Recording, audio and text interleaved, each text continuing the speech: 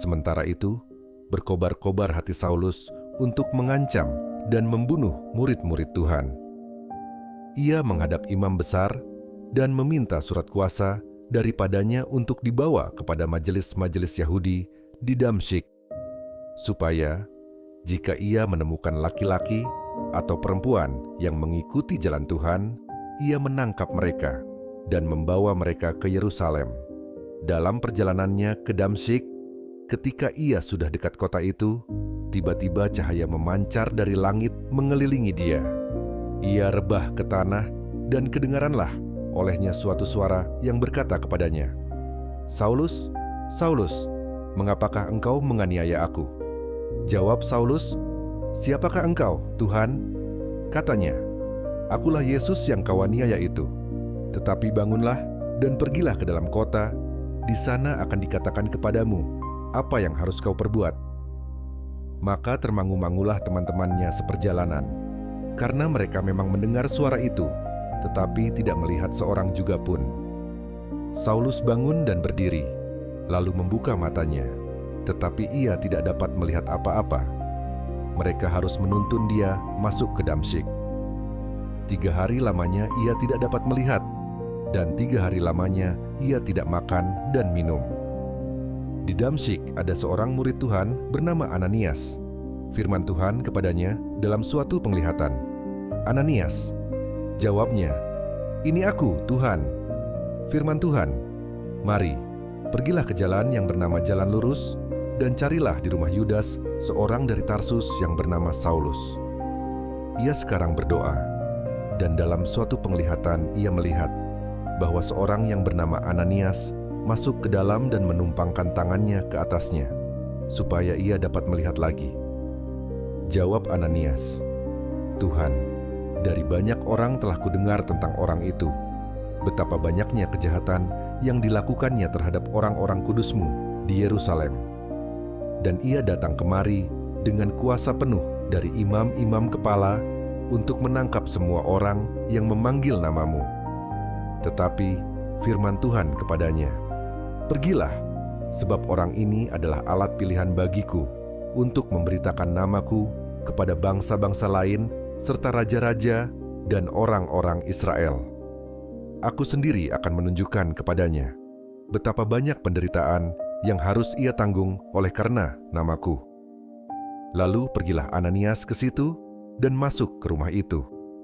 Ia menumpangkan tangannya ke atas Saulus, katanya, 'Saulus, saudaraku, Tuhan Yesus, yang telah menampakkan diri kepadamu di jalan yang engkau lalui, telah menyuruh aku kepadamu supaya engkau dapat melihat lagi dan penuh dengan Roh Kudus.'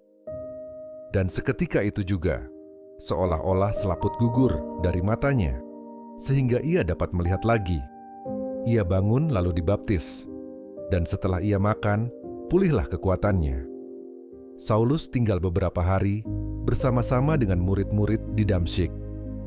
Ketika itu, juga ia memberitakan Yesus di rumah-rumah ibadat dan mengatakan bahwa Yesus adalah Anak Allah. Semua orang yang mendengar hal itu heran dan berkata, 'Bukankah dia ini yang di Yerusalem mau membinasakan barang siapa yang memanggil nama Yesus ini? Dan bukankah ia datang ke sini dengan maksud untuk menangkap dan membawa mereka ke hadapan imam-imam kepala?' Akan tetapi, Saulus semakin besar pengaruhnya, dan ia membingungkan orang-orang Yahudi yang tinggal di Damsyik, karena ia membuktikan bahwa Yesus adalah Mesias. Beberapa hari kemudian, orang Yahudi merundingkan suatu rencana untuk membunuh Saulus. Tetapi maksud jahat itu diketahui oleh Saulus. Siang malam, orang-orang Yahudi mengawal semua pintu gerbang kota supaya dapat membunuh dia.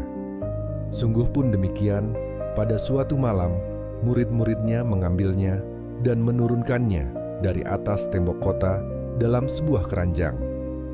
Setibanya di Yerusalem, Saulus mencoba menggabungkan diri kepada murid-murid, tetapi semuanya takut kepadanya, karena mereka tidak dapat percaya bahwa ia juga seorang murid.